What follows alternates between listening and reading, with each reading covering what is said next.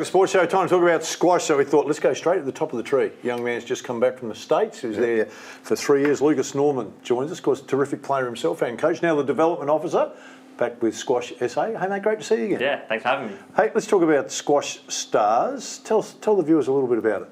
So Squash Stars is a new program developed by Squash Australia and ASPA here in South Australia. It's a program designed to get kids playing squash inside the schools. With only one school in South Australia that has their own courts, access to facilities is pretty hard. So it's just based around a gymnasium or having walls where you can set up lines and have rackets and balls and basically get all the kids playing a version of squash inside the school, which is huge for us. So. Well, now, I read somewhere where you have, for the schools that, say, haven't got the funding or whatever for squash, you have an inflatable squash. We have a few inflatable squash courts. We've got a big one and a couple of small ones. So Explain that. This is sort of a second option if the schools don't have a good solid wall to play on. So pretty easy to inflate. Sort of inflate them in 10-15 minutes, and you've got sort of 3 courts there where you can have a dozen kids playing squash on the in the inflatable. Obviously, we prefer them to be on a court, but it's a pretty good, pretty fun sort of little thing to get them sort of. Get the squash in their heads. Actually, that's probably, I'm glad you said that, that's probably the idea, a very good idea is that, they can have fun in an inflatable before they get onto the big courts or whatever. So that's a great initiative, really.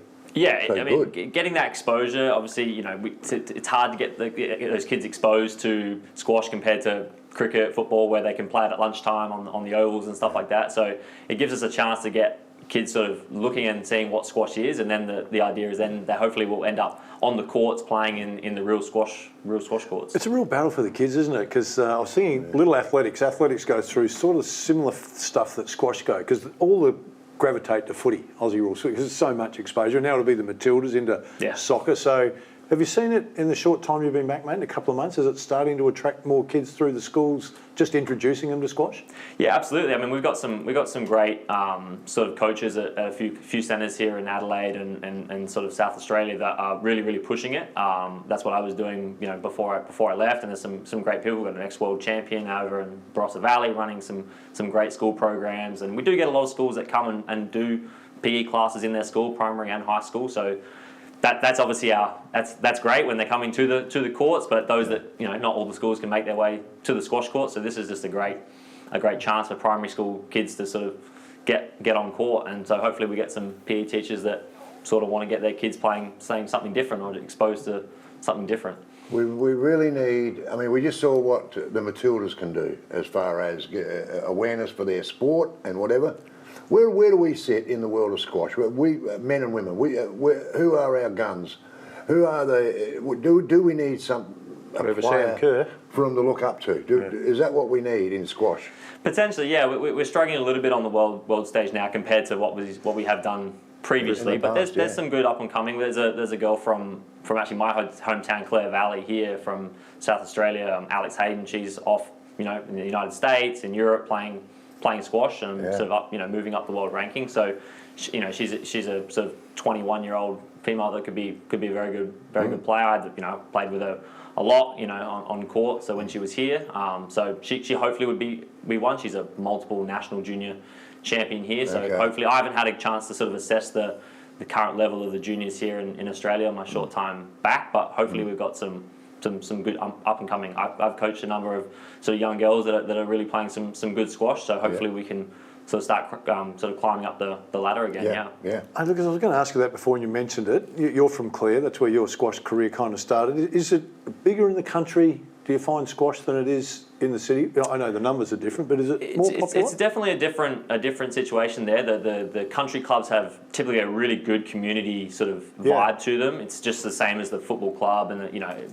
all the sort of sporting clubs in the country are a really strong community. So Clare was great. They have probably 100 people playing squash competitively over there. So that was a great program, a great junior program that I was a part of as a player. So that gave me a really good experience of playing with lots of different kids of different ages and stuff like that, and then playing the adults in the sort of the competitive situation was really good. But it's certainly more of a community, which is a little bit harder to do, I think, in Adelaide, maybe even all sports, I'm not sure, but there's that country sort of has a real community vibe to it, and they're doing some really good stuff in Clare, Barossa, and a bunch of different country they clubs. embrace the sport really well in the country. I Yeah, love the way they do go love about the it. sport, yeah. I mean, I reckon it was about 5 years ago that you came in here. I know you don't want to talk about yourself, but I want to get onto your time in Washington and stuff there. But we went to the glass courts. That kind of became the new thing, and then everyone got excited about more space. It's open, better viewing, and stuff like that. And there was kind of a surge into squash through that moment. Then it's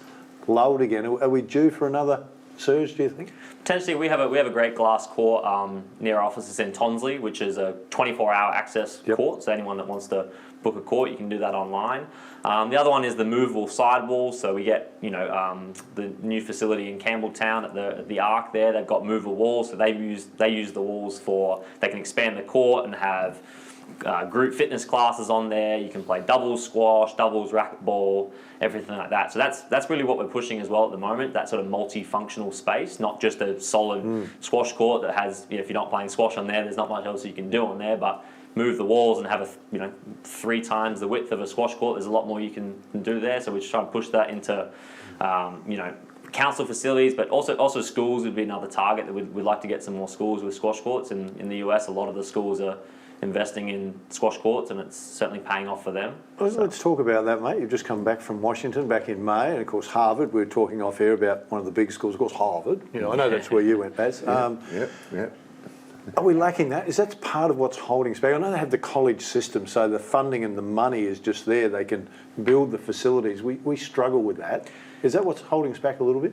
I mean, it certainly doesn't hurt having that certainly that financial backing, and you've got a lot of these colleges and even the high schools. And I visited a middle school that had 10 brand new squash courts just recently. So hard to compete with that in some sense, because those places have sort of endless funds and it can just build the infrastructure.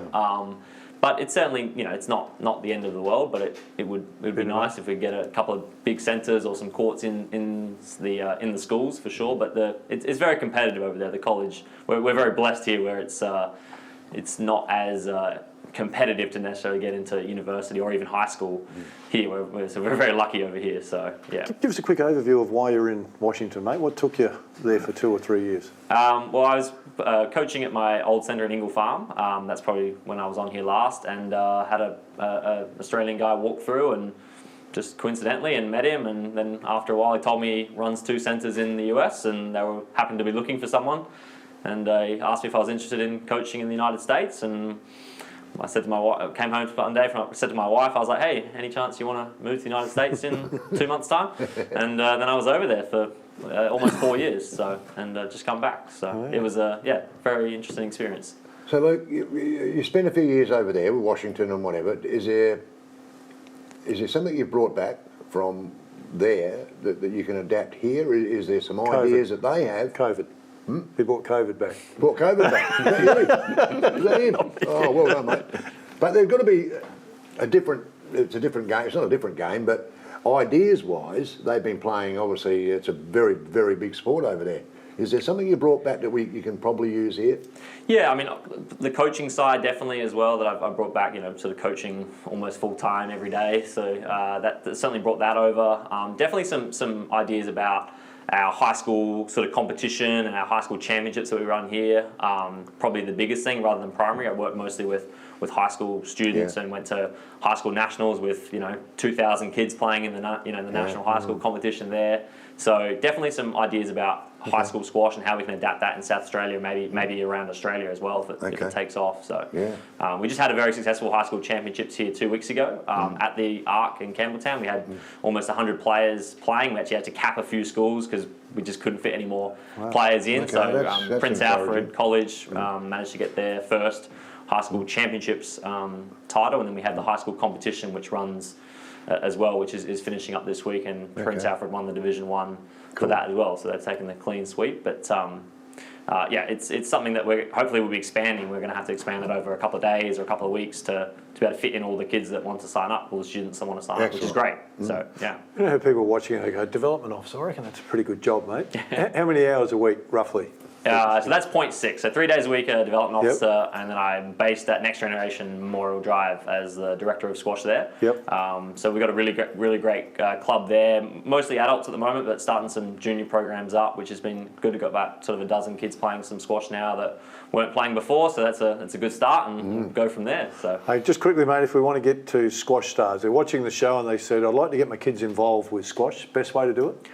tell their PE teacher to go onto sporting schools, and we are one of the sports that are offered on sporting schools, which is a national funded program, or just give us a call at Squash SA for more information. So that schools can, you said off air, we were talking about this, that you're trying to get the schools to think outside the square a little bit here. It's easy for a federally funded school to go, oh yeah, well there's cricket and there's footy, and they'll pour the cash in there. Your role is to get to the schools and get them to think outside the box a little bit. And hey, how about including squash in that federally funded program? Yeah, so if they get the funding, it costs them nothing to run the sport. So it's really a great opportunity for them to have a coach come in and run the program, or run the program themselves, and just get the kids a taste of something a little bit different. Because cricket and football, great, but it's not not always for everyone. There's always a few kids there that try all those sports, and certainly they like to try something different. So any teacher that wants to sort of take a punt on squash would be great. Good. Yeah, great for your hand-eye coordination, which involves all the sports. So, great to catch up with you, Lucas. Thanks, We're really fortunate to have you back in the state, mate, and involved with squash. Stay with us. Still plenty to come.